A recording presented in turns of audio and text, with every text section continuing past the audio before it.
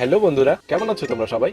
নিশ্চয়ই ভালো আছো আশা করি। আজকে আমি হাজির হলাম নতুন একটা ট্রাভেল ব্লগ নিয়ে, যেটা হচ্ছে নদিয়া জেলার অবস্থিত। অনেক ধরনের ট্রাভেল ব্লগই তোমরা দেখে রেখেছো। আজকে তোমাদের একটু নতুনত্ব দেওয়ার জন্য মামা বাড়ির উদ্দেশ্যে ট্রাভেল ব্লগ শুরু করেছি। ভিডিওটি পুরো দেখো, আশা করি ভালো লাগে।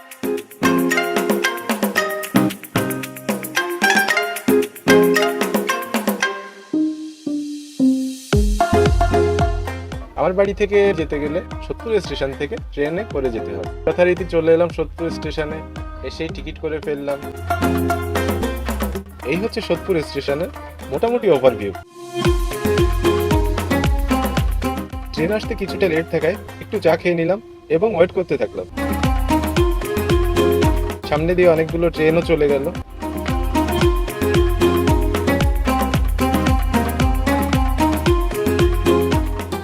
ট্রেনের টাইম একটু লেট ছিল। লাস্ট অফ অল আমার ট্রেন ঢুকলো। তো চলো আগে ট্রেনে উঠে বসা যাক। ট্রেনে উঠতেই বসার জায়গা পেলাম, বাট উইন্ডো সিটটা পেলাম না, যেটা দিয়ে বাইরের ফুটেজটা খুব ভালো করে রেকর্ড করা যেত। যাই হোক, আমি উঠতেই ট্রেনটা ছেড়ে দিল। তার মধ্যে একটু আমার সানগ্লাসে নিজের লুকটা রেকর্ড করার চেষ্টা করছিলাম। ফেরিয়াল আমার পাশ দিয়ে বিভিন্ন খাবার ফল বিক্রি করছিল। তারপর ট্রেন চলার কিছুক্ষণের মধ্যেই চলে এলো সেই একদম চোখ জোড়ানো গ্রাম্য সৌন্দর্য।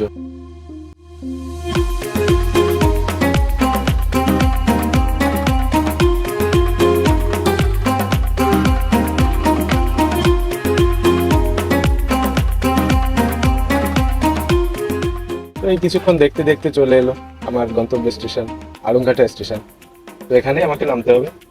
নেমে তারপর অটো স্ট্যান্ড থেকে অটোতে উঠতে হবে। যেহেতু বড় ধরনের একটা অনুষ্ঠানের উদ্দেশ্যে যাচ্ছি, অটোতে জায়গা পাওয়াটা একটু চাপের, তাই একটু কোনো রকম শর্টকাট মেরে অটো স্ট্যান্ডে যেতে হবে। গিয়ে দেখি অটো পুরো হাউসফুল। যাই হোক, সামনের সিটে কোনো রকমে চেপে বসলাম এবং কিছুক্ষণের মধ্যেই অটো ছেড়ে দিল। ছেড়ে দেওয়ার কিছুক্ষণ পরে আবার সেই চোখ জোড়ানো সৌন্দর্য। এটা একমাত্র গ্রামেই সম্ভব। দুদিকে ধান ক্ষেত, মধ্যে দিয়ে পিচের রাস্তা, তার মধ্যে দিয়ে অটোয় চলা। এটা অসাধারণ একটা অভিজ্ঞতা, যেটা তোমরা গ্রামে ছাড়া কোনোভাবেই এটা দেখতে পাবে না। এই করতে করতে কিছুটা দূর মাঠের মধ্যে দিয়ে ধান ক্ষেত, গ্রাম্য রোড দিয়ে চলতে চলতে চলে এলাম আমার মামা বাড়ি।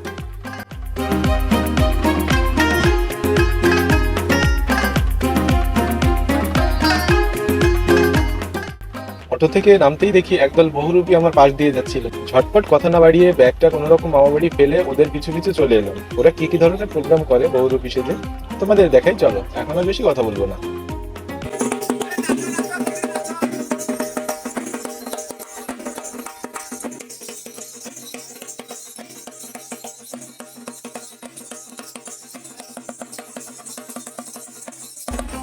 যাদের তোমরা দেখতে পাচ্ছ, এরা কিন্তু সবাই সন্ন্যাসী। পুজো উপলক্ষে এরা সবাই 7 দিনের জন্য সন্ন্যাসী হয়েছে। একবারই দেখছিলাম ফল প্রসাদ দিচ্ছে, কিছু না ভেবেই হাত বাড়িয়ে দিলাম। এবার দেখো এদের কীর্তিকলাপ।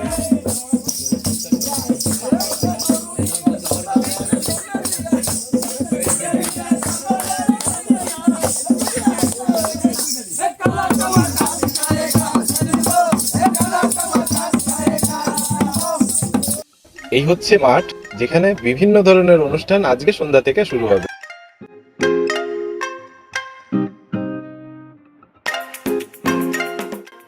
এখন বাড়ি যাই, সন্ধ্যা হতে হতে চলে আসতে হবে। মামা বাড়ি থেকে ফিরে আসতে একটু দেরি হয়ে গেল, অনুষ্ঠান শুরু হয়ে গেছে। তো চলো যতটা সম্ভব দেখানোর চেষ্টা করি।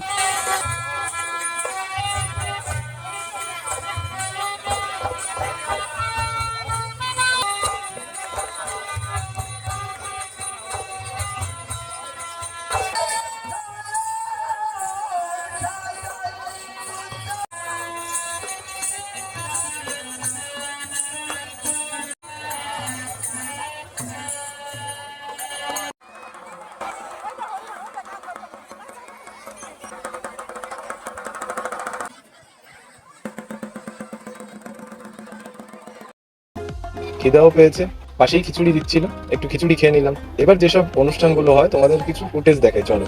আশা করি গ্রাম্য কালচারাল প্রোগ্রাম অবশ্যই ভালো লাগবে। চলো, এখানে একটা রীতি রেওয়াজ আছে, যেটা কিনা মন্ত্র দিয়ে বশীকরণ করে কবর থেকে মরা মানুষের খুলি আনতে পাঠানো হয়। এটাকে গ্রাম্য ভাষায় চালান দেওয়া বলা হয়। যদিও এটার বাস্তবতা নিয়ে আমার কোনো ধারণা নেই। তো চলো দেখি কেমন করে চালান দেয় এবং লাস্ট অফ অল কি হয়। সঙ্গেই থেকো। এনাদের কথা অনুযায়ী যাদেরকে চালান দেওয়া হয় তারা নিজের মধ্যে থাকে না, এদেরকে কোনো দেবতা বা কোনো একটা শক্তি এদের উপর ভর করে।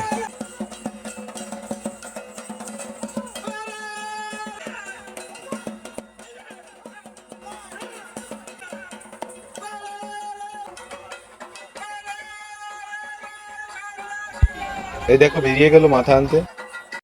কিছুক্ষণ পরেই দেখি সবাই ফিরে আসছে, সম্ভবত সেই কবর থেকে মাথার স্কাল নিয়ে চলে এসছে। এই এক এক করে সবাই ঢুকতে হলো দেখি।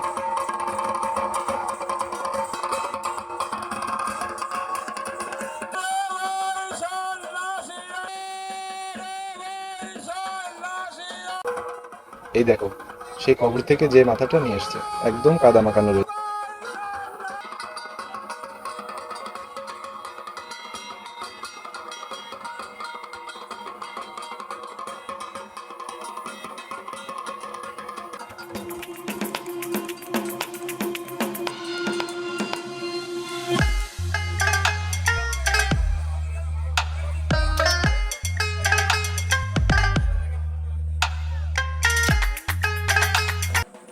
এটা আরেকটা প্রোগ্রাম যেটাকে কাস নাচ বলা হয়। আর কাস নাচের মেন উদ্দেশ্য হচ্ছে ওই মণি অর্থাৎ মাথাটাকে নিয়ে আসা, যেটা কালী ঠাকুর ওই মণিটাকে নিয়ে আসে। আর এটা হচ্ছে নীল পুজোর একটা অংশ।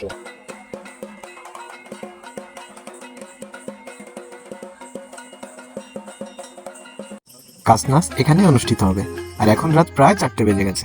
এত রাত হওয়া সত্ত্বেও জায়গাটা লোকে প্রায় ভরে গেল।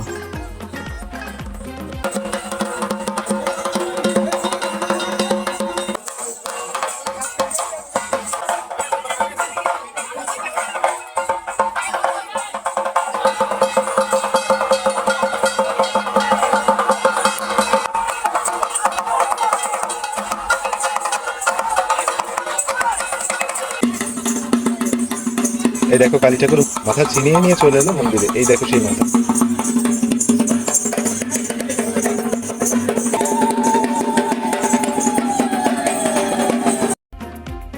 এই হচ্ছে সেই মাথা যেটাকে ঘিরে ছিল আজকের পুরো আয়োজন। আর মেন অনুষ্ঠানটা রয়েছে কালকে।